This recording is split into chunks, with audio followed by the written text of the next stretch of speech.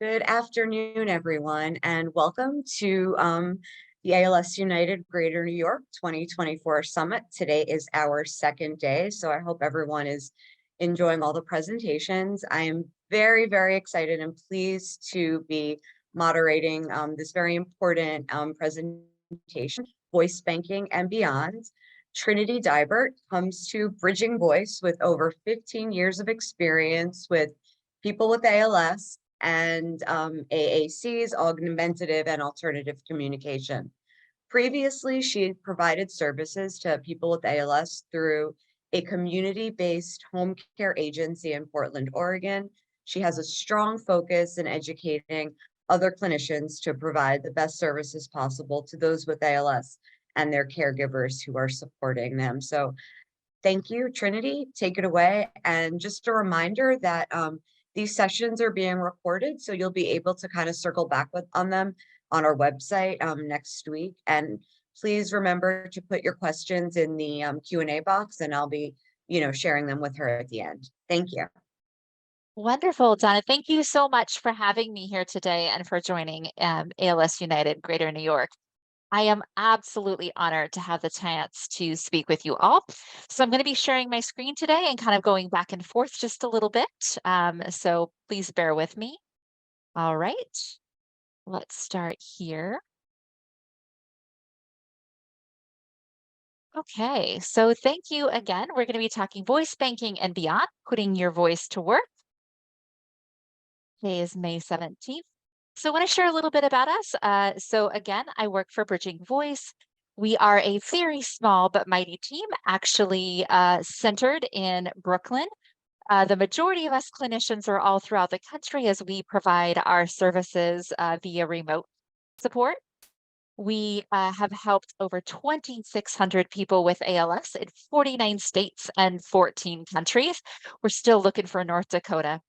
We specialize in customizations, innovation, mentorship, and education for people with ALS to ensure that they can continue to use their technology throughout their journey.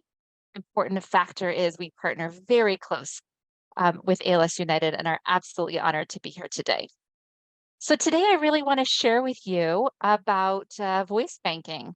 And what is it? Some people have heard about it, some people haven't heard anything about it, and some people have a lot of questions about where do I even start? So let's just start by talking about what it is. So voice banking is the process of creating a synthetic voice, an approximation that you can then use in a communication app or a speech generating device. I want to make sure that this is very clear for you, for everyone. This is not your actual voice. This is a computer generated version of your voice. Okay.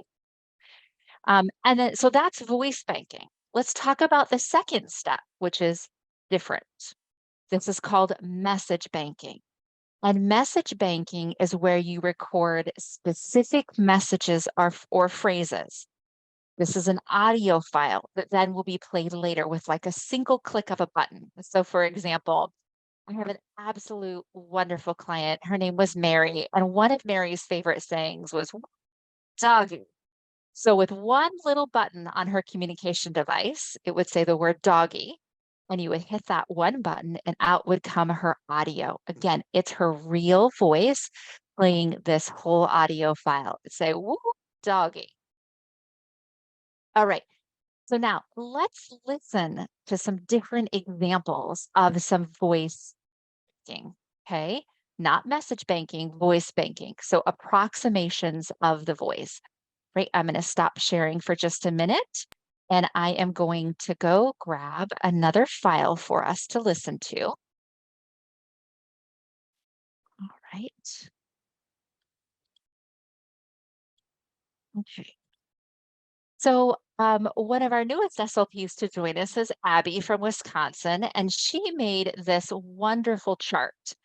And so this chart here is actually a comparison of her voice using different speech voice banking companies, okay? And this is not a presentation about which company does one better, because for some people, one company will work better than another company. So let's just listen to her. Let's just listen to some different voices. So the first one is going to be just the general voice that comes with so many different communication apps and software. It's an a cappella voice called Heather. Okay, so let's just listen to it. The quick brown fox jumped over the lazy dog. Okay, so the quick brown fox jumped over the lazy dog. Just that's the simple standard voice. Okay, now let's listen to Abby's voice. This is her recorded voice. Okay, let's listen to that, to Abby's recorded voice here. The quick brown fox jumped over the lazy dog. All right, so that was Abby's voice. Okay, we're going to listen to that one more time. The quick brown fox jumped over the lazy dog. And you can hear her Wisconsin accent, which is fabulous. Now let's listen to the Apple personal voice. And don't get too hung up in the different type of voices and how do I do that, because we're going to talk our way through it, but just listen to the quality. The quick brown fox jumped over the lazy dog. So that is a synthesized voice, so a computer generated voice that was meant to sound like Abby. That's her Apple voice. Here is her voice keeper voice. This is a different company. Let's listen to this one. The quick brown fox jumped over the lazy dog. So that's not her voice again. Again, that's a computer generated voice. And let's listen to a cappella. The quick brown fox jumped over the lazy dog. So again, computer synthesized voice that sounds like her. Okay, let me switch back to our presentation really quick. All right. I forgot to screen share that. Okay, so now you know what voice banking is. So again, it's a computer generated version of your voice. Okay. And we talked about message banking. Message banking is saving your voice files so that you so that you can actually play the whole audio file and it is your voice.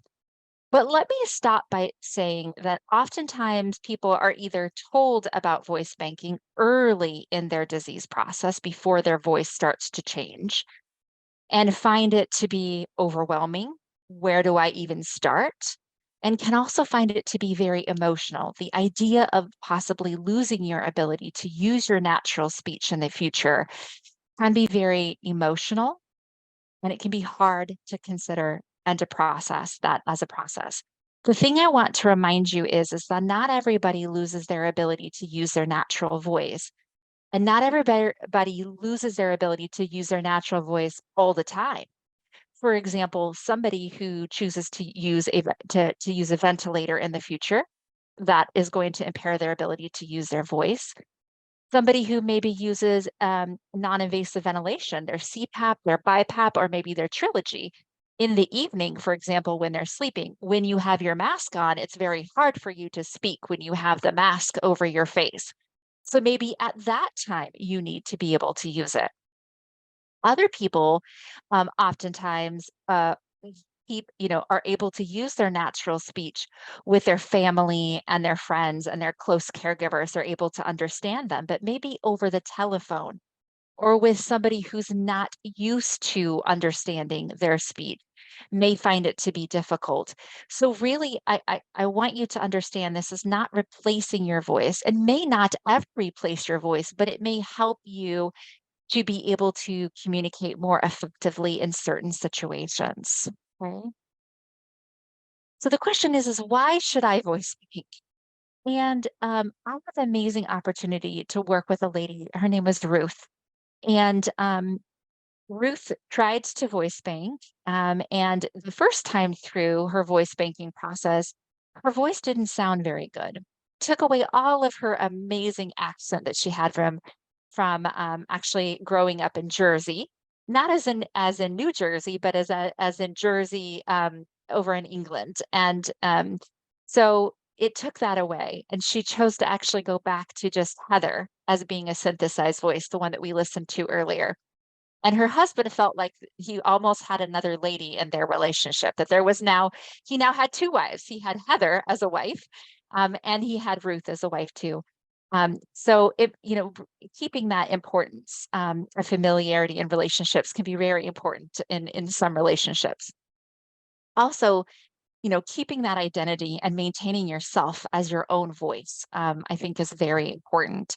Using a communication device can oftentimes lessen, your ability to use your voice in certain situations, and keeping, that identity of who you are is important for a lot of people. All right. So then the question being is we talked about voice banking, but why should you message bank? So message banking, again, is recording those meaningful messages. And there's a very big difference. And I have to tell you, voice banking is changing. Talk to me in 6 months from now about where we are at the state of voice banking, and I'm going to tell you it's different. Talk to me in a month from now, and I'm going to tell you that it's different, because technology is just advancing. It is absolutely amazing. And so being able to, but we're still not at the point where you can really convey a lot of emotion and meaning with your messages. And there's a difference. There's a difference between I love you, and there's a difference between I love you. And there's a difference between, I love you more and I love you more, which is what I always say to my sister. My sister and I go back and forth in saying that. So really, we like to talk about message banking as recording those phrases that make you uniquely you, those things that you say all of the time. My mom used to always say to me, I brought you into this world and I can take you out.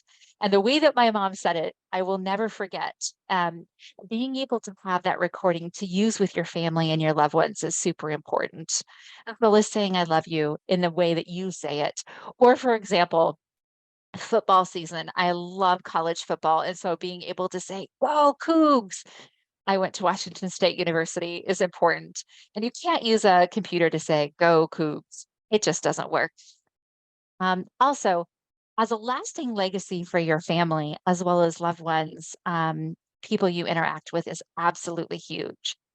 I love using audiobooks.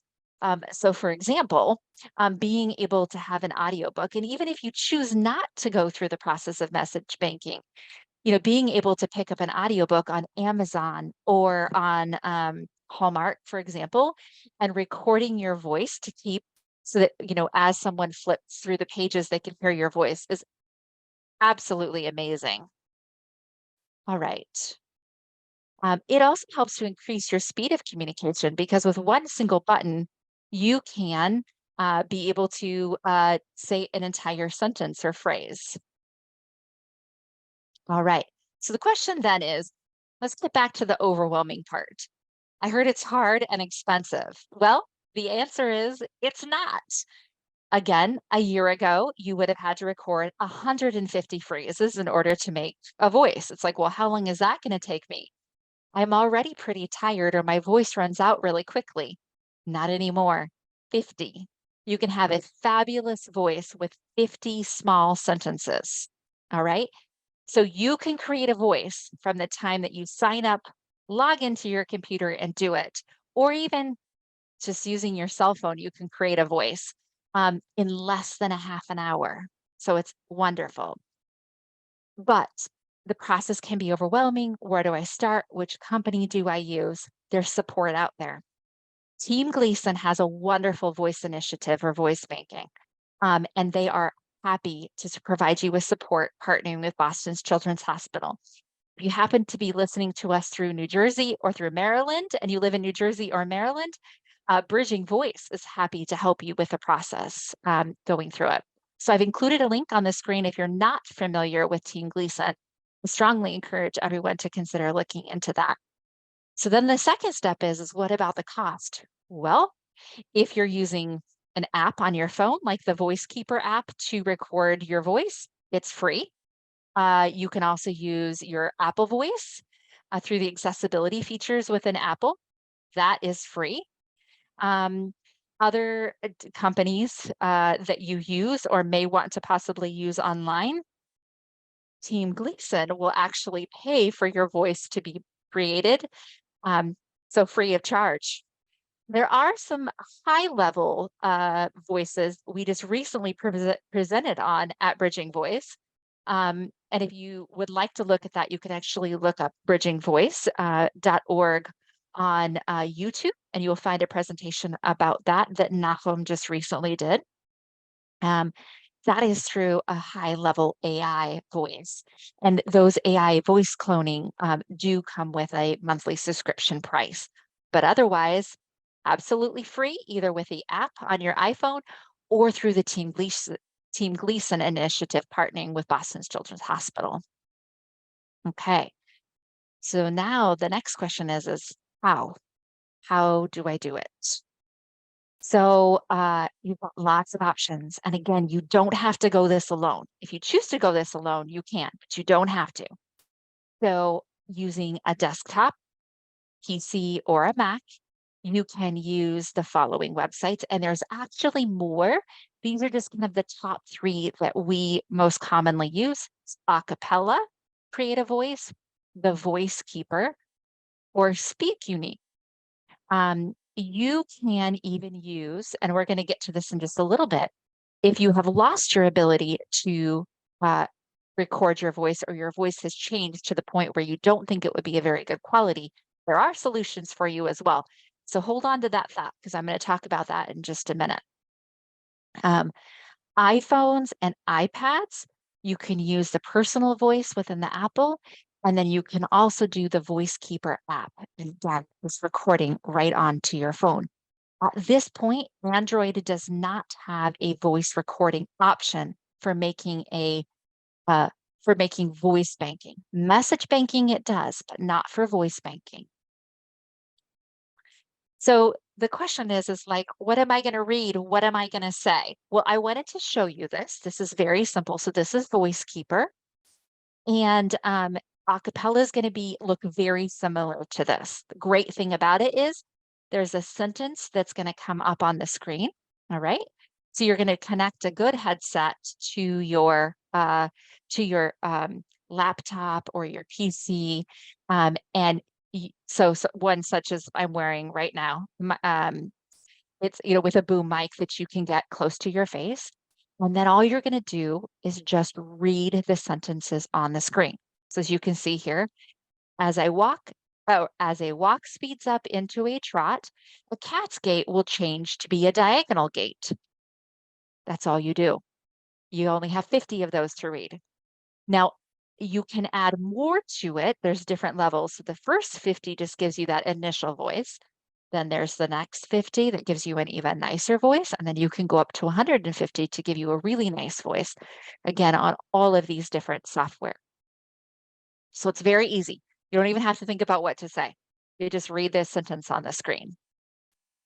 But let's talk about some tricks and tips to make this go even better. Make sure that you're recording in a quiet environment. The hardest thing is we want to make sure that you're not having a lot of background noise or other people talking, because then the computer then gets confused as to what's your voice or someone else's voice. Making sure to keep the microphone close to your face. You can see here that I've got it next to my face. If you're recording on your cell phone, what you don't want to do is bring it in and out from your face.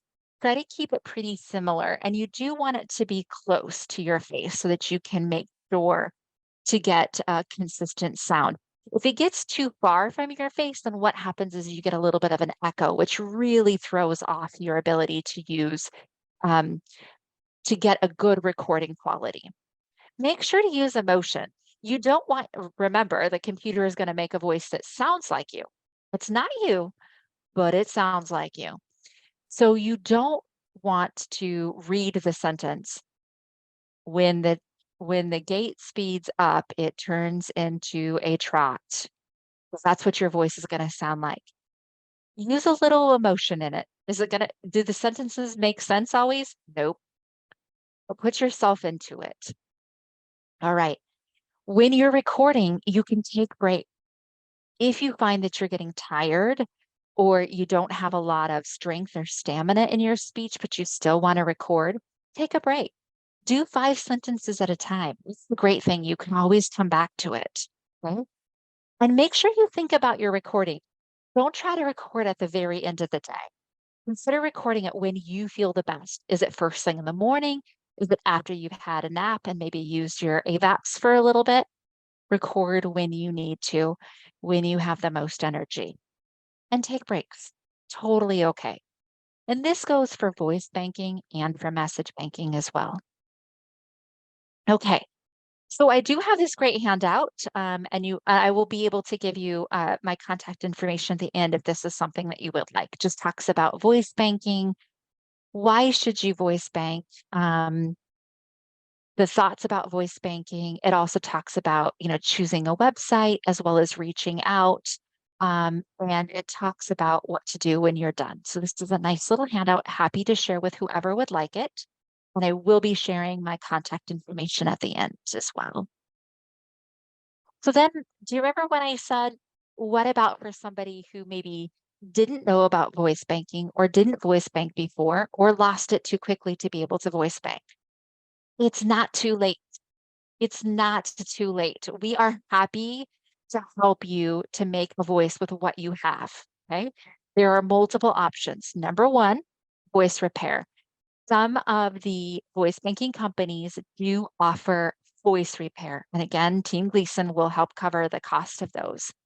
So if you have what's called dysarthria, which is slurring of your speech, and you want to kind of try to take that out, we can actually, help repair your voice. All right.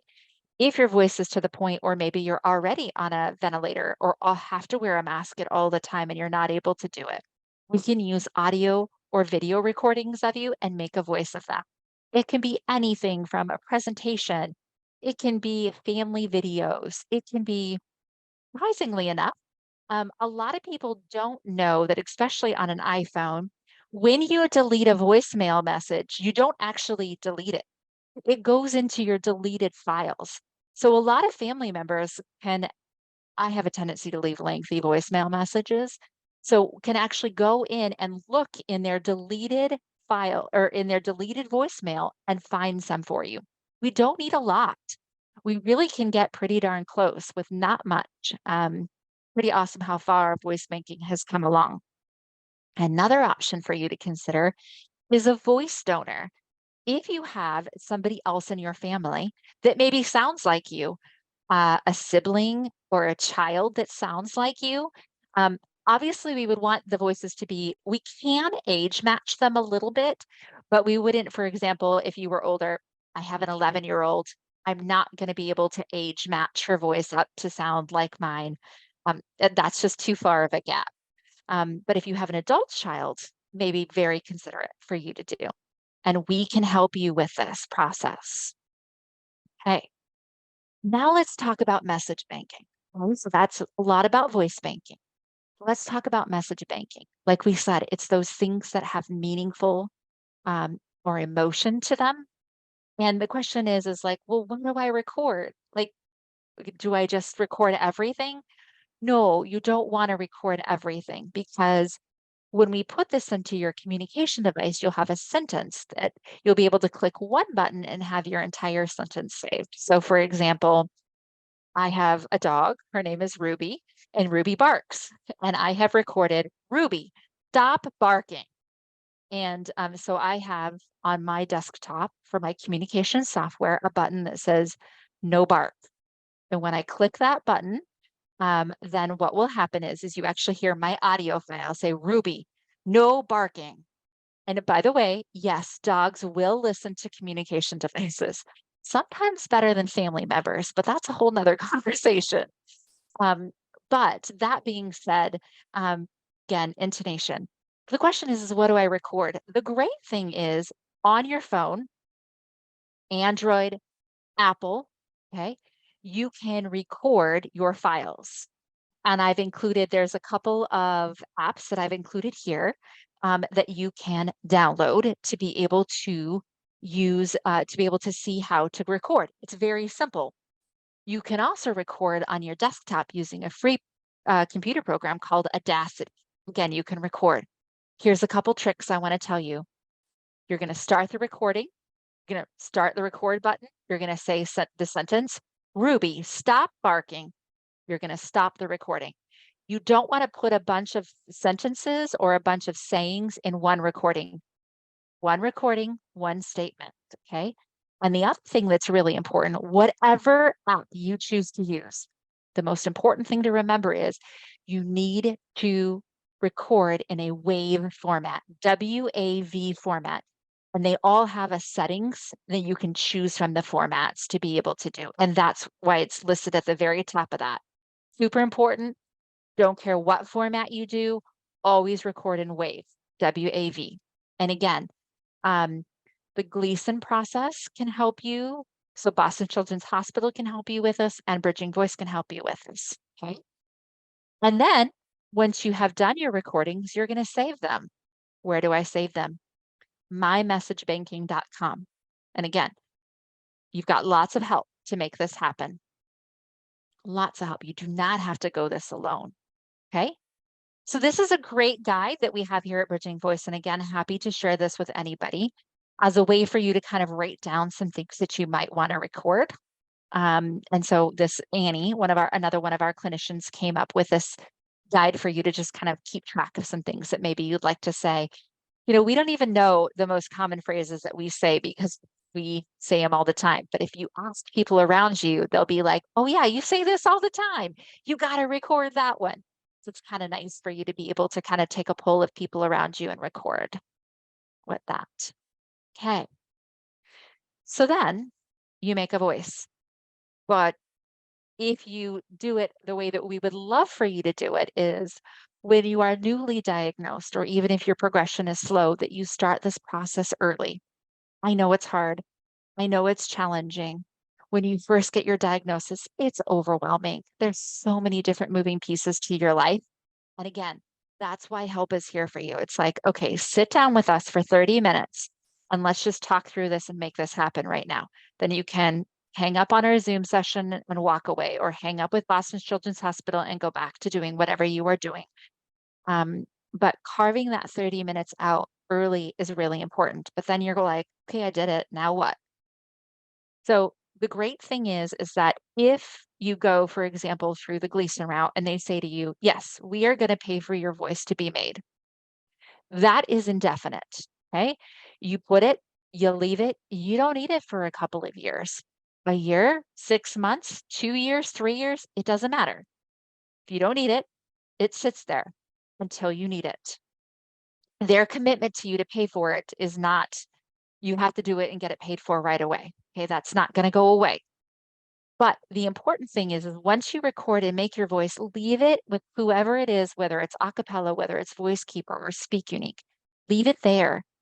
The reason why you should leave it there is because what you record now and the processors that they use to create that synthetic voice for you, those processors are only getting better and better, better and better and better and better. So 6 months from now, your voice, when you go back to listen to it, is going to sound different. It's going to sound even closer like you, because they're just getting better with their machine learning and the way that they process the information. Just getting better, right? So leave it where it is.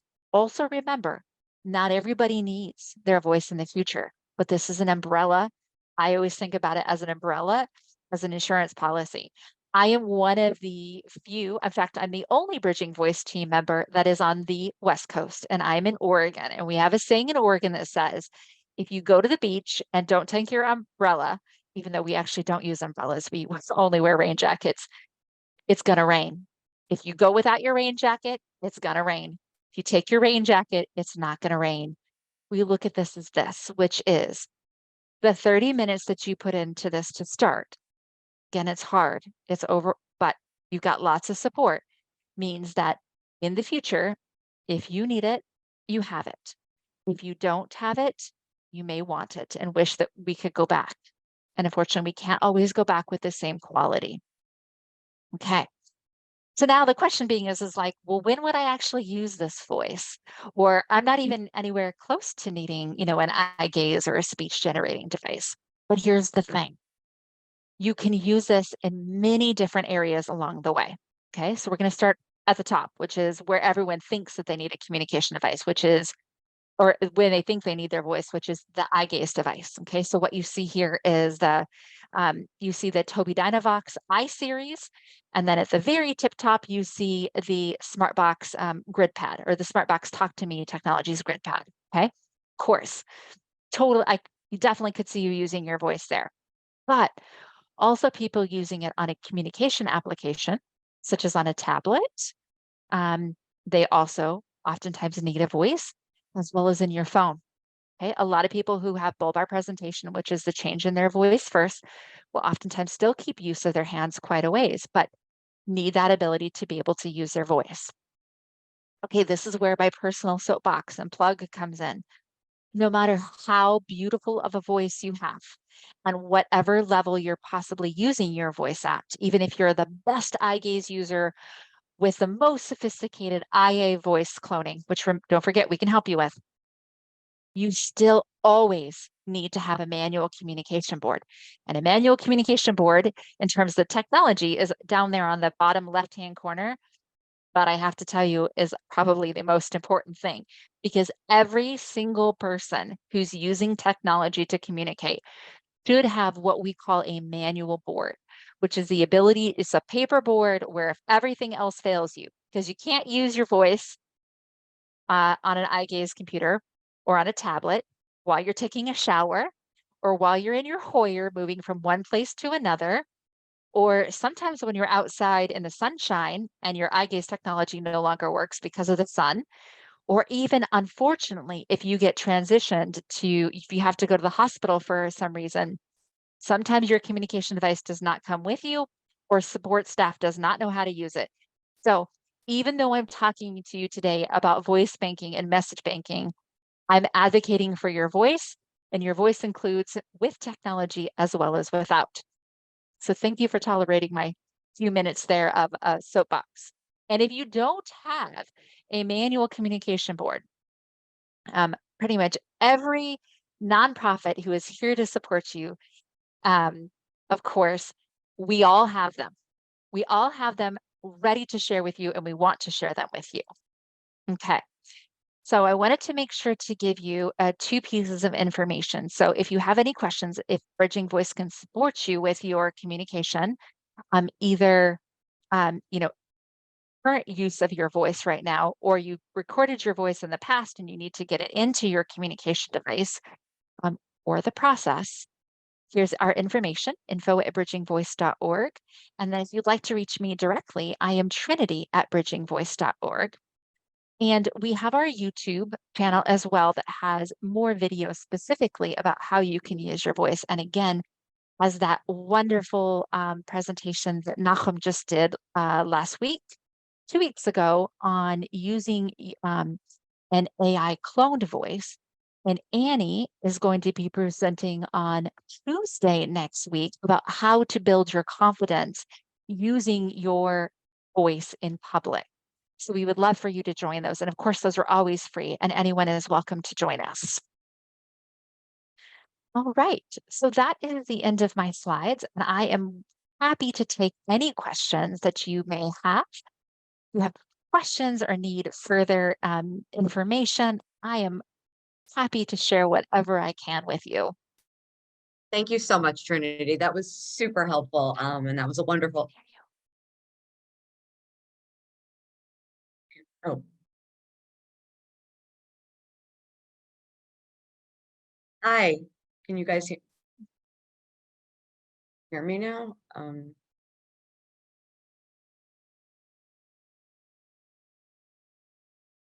Sure.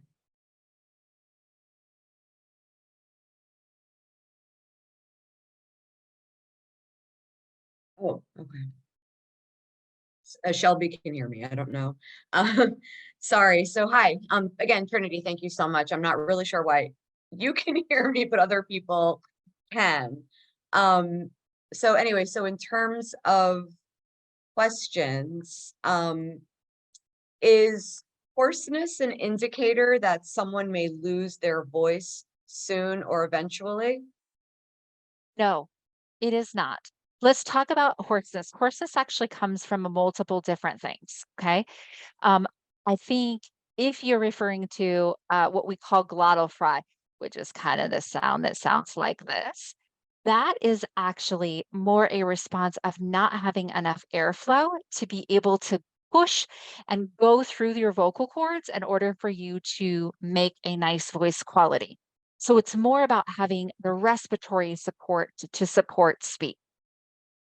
There are some strategies that you can use, for example, such as positioning, to help improve your voice and help improve your stamina related to that. Also using something such as a voice amplifier so you don't feel the need to push.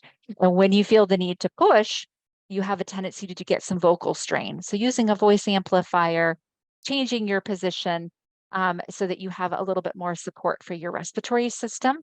But if you are experiencing that hoarseness or glottal fry, I strongly encourage you to consider looking at communication ports so that you can pick and choose when you use your natural voice. Maybe sometimes during the day when you're fatigued or tired, you use, an app or a speech generating software to help you, and at other times you use your natural voice. Great, thank you for that. Another question that came in is, what percent of people with ALS lose their voice? I wish I could give you an honest answer on that, but I can't. Just being Um, honest. no, we appreciate Because honesty. I think because, again, you have to look at it's not losing your voice is many different levels. It's your voice is slurred, right? So it's hard to understand what you're saying. Losing your voice is, you choose to get a ventilator, which then blocks the airflow from being able to come out your mouth. And so you don't, maybe you can use lip speech, but there's no sound that comes along with that. And then there's also people that, that don't use it all the time, but when you use a non-invasive ventilation masks, sometimes they need the one that goes over their face like this, which then when you try to talk, it breaks the seal and then you have air blowing at you and then you have the alarms going off. So I hesitate to because I feel like saying that they lost their voice means they lost their voice, but really communication is beneficial in so many different ways.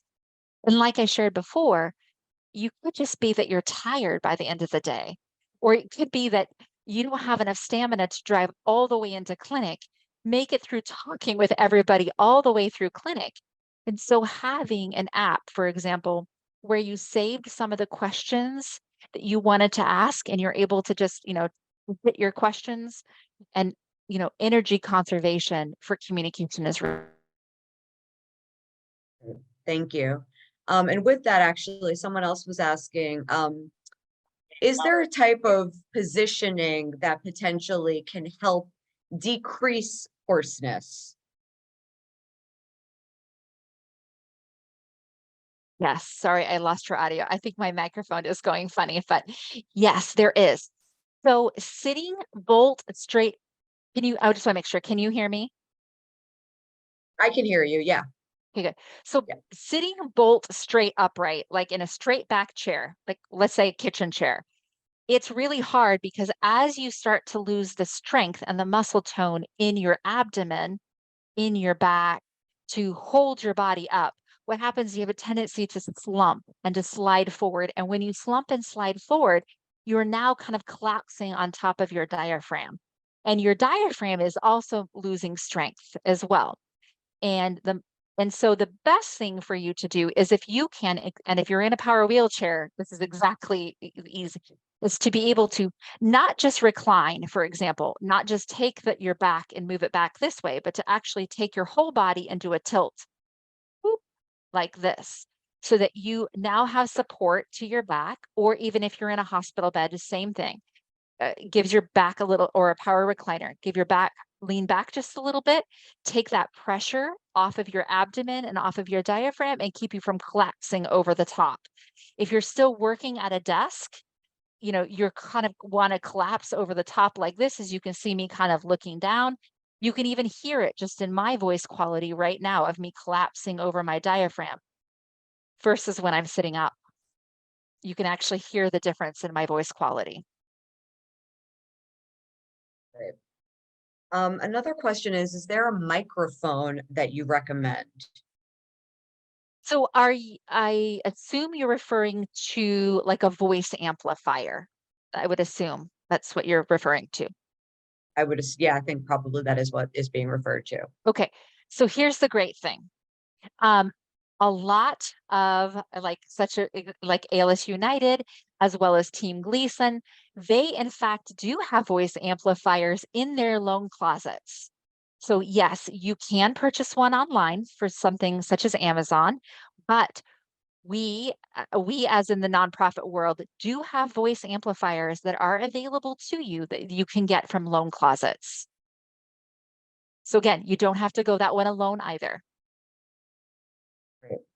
Well, I think that's pretty much it. So thank you so much. It was a really informative presentation, and we really appreciate you being here for that.